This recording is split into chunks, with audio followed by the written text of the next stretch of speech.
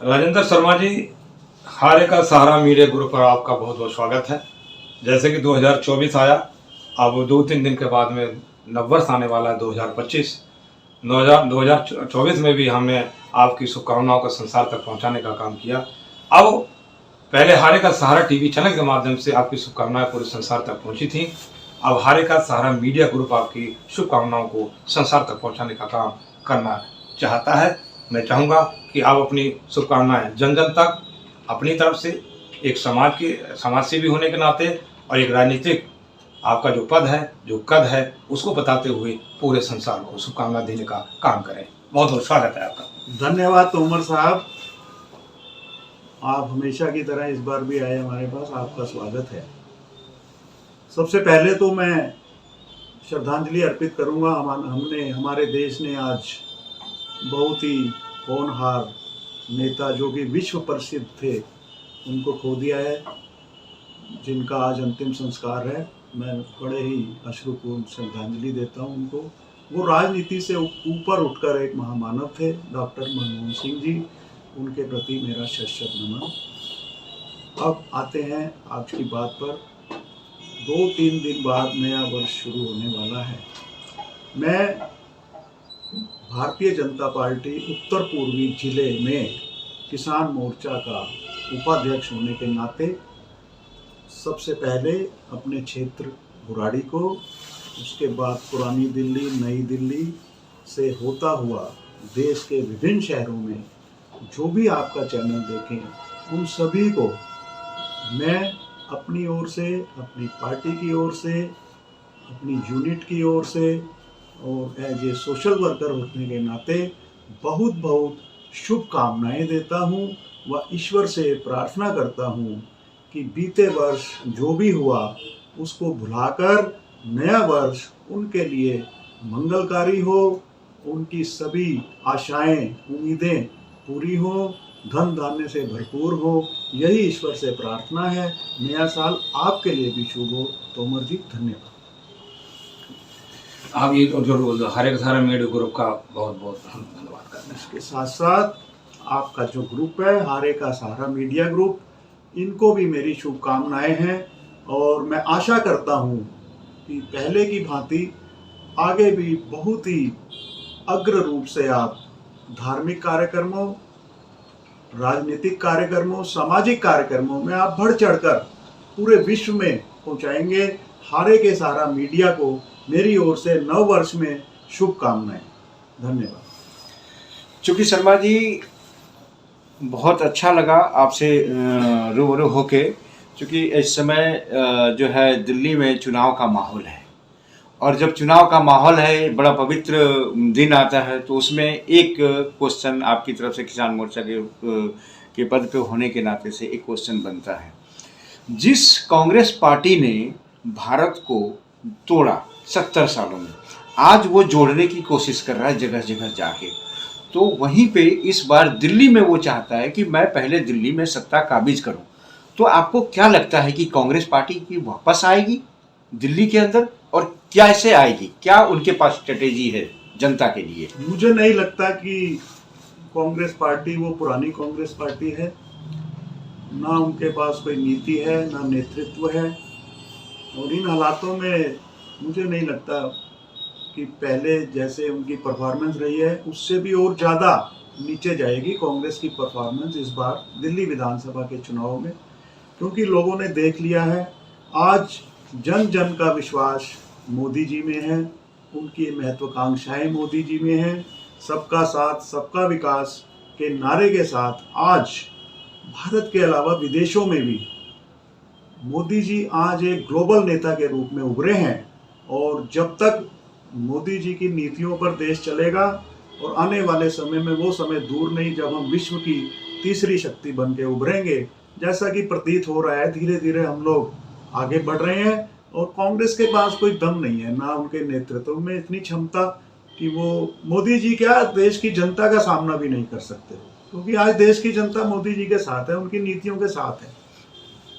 जिस तरह की भारत में कांग्रेस ने जोड़ो तोड़ो की सरकार में हमेशा राज किया है, आज हम अगर बुराड़ी की बात कर रहे हैं, जनमानस की बात कर रहे हैं, जिस तरह हमारे यशस्वी प्रधानमंत्री ने जो हेल्थ के ऊपर काम किया है या एजुकेशन के ऊपर काम किया है, तो आपको क्या लगता है कि ये जो हमारी गलियों में, जो मोहल्ले में जो लोग हैं, जो छोटे तबके के हैं, बड़े तबके के हैं, वो कहाँ से उनको कांग्रेस कुछ अच्छी सेहत या अच्छी एजुकेशन देने में सक्षम रह पाएगा? कांग्रेस पार्टी एलिगेशन लगा रही है कि दिल्ली में या भारत में जो 12 साल से जो बीजेपी राज कर रही है, उन्होंने कुछ नहीं किया। इस पे क्या कहना? मैं आज की आपको एक खबर बताता हूँ।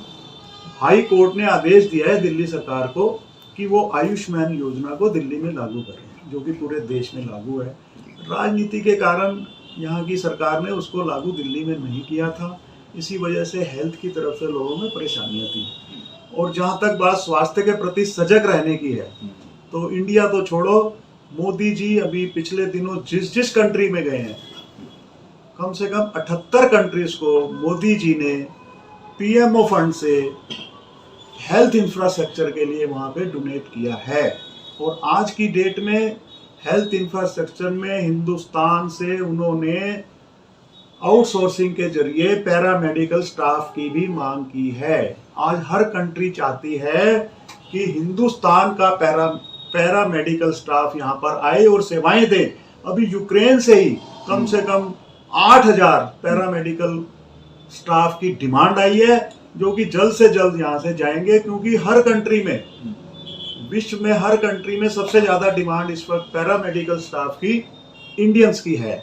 और ये मोदी जी का ही जलवा है। जिस कंट्री को उन्होंने डोनेट किया है, और वहाँ मेडिकल इक्विपमेंट्स भी मेक इन इंडिया जा रहे हैं। जी जी, इससे हमें भी फायदा है, हमारे हिंदुस्तान का नाम हर कंट्री में जा रहा है, मेड इन इंडिया जा रहा है। और इसी वजह से आज की डेट में चाइना की मार्केट बहुत कम हो गई है, हिंदुस्तान की बढ़ी है। ग्लोबल में देखें आप तो हिंदुस्तान की मार्केट बढ़ी है, मेडिकल में भी, अपना एम्यूनेशन में भी, हर तरफ।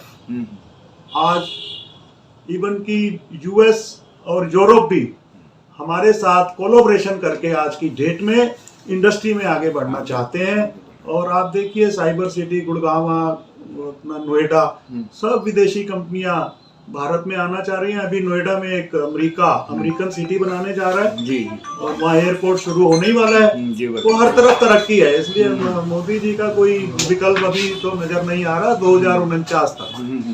तो हेल्थ के बारे में तो ये दिल्ली में ये कयास लगाया जा रहा है कि ये जो दो पार्टियां अलग अलग लड़ रही हैं, झाड़ू और जो हाथ लड़ रहे हैं, दिल्ली में जनता को जो कयास लगाई जा रही है कि पार्टियां दोनों अलग अलग लड़ रही है, लेकिन लड़ने के बाद हो सकता है हाथ में झाड़ू आ जाए या झाड़ू के हाथ में। ये तो अवसरवादी लोग हैं। कभी देखिए ये इकट्ठे लड़े थे, और अभी थोड़े दिन पहले कांग्रेस के वरिष्ठ नेता अजय माकन जी ने क्या बोला केजरीवाल को, एंटी नेशनलिस्ट। ये तो अवसरवादी लोग हैं, इनके बारे में क्या कहें। अपनी कर्मियों से खुद ही धरातल में डूब जाएंगे ये लोग। हमें कुछ करने की जरूरत ही नहीं है, क्योंकि इनके पास कोई नीति नहीं, नेतृत्व नहीं। जी। ये लोगों को धोखा देना कब तक चलेगा?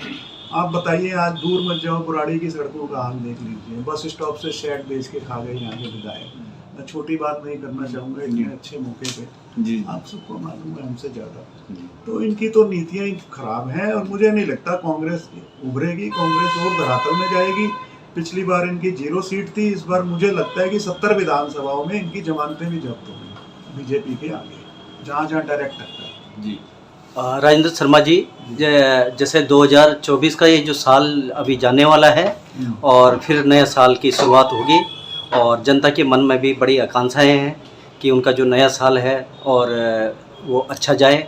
और कुछ दिल्ली में भी हालात ऐसे कि 2025 में सरकारें बदलने वाली हैं और इलेक्शन का दौर जारी है। तो जैसे कि अभी भारतीय जनता पार्टी ने अभी वैसे तो दिल्ली में कहीं भी अपने प्रत्याशी उतारे नहीं हैं, और अभी कोई लिस्ट भी उनकी आई नहीं है। लेकिन जो ये बुराड़ी विधानसभा क्षेत्र है, यहाँ पर गठबंधन जेडीयू से है, भारतीय जनता पार्टी का।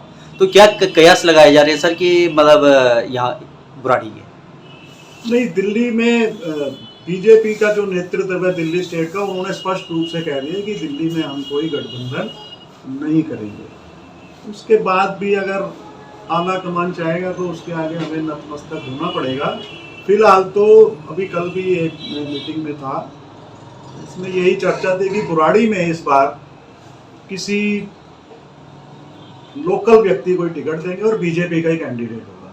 ऐसी कोई आधिकारिक सूचना है आपके पास? आधिकारिक मैं नहीं कह सकता, अनौपचारिक रूप से हमारी बात हुई थी, उसमें काफी वरिष्ठ लोग बैठे थे और उसमें यही चर्चा थी कि हाईकमान तक ये बात पहुंचा दी गई है कि अगर हमने बुराड़ी जीतना है तो हमें बीजेपी का कैंडिडेट और लोकल जो जनता से जुड़ा हुआ कैंडिडेट ही चाहिए बुराड़ी में। ये कोई आधिकारिक रूप से मैं नहीं कह रहा, बाकी तो पार्टी नेतृत्व जो कहेगा मानना पड़ेगा, लेकिन मुझे लगता है इस बार बुराड़ी में कुछ नया होगा।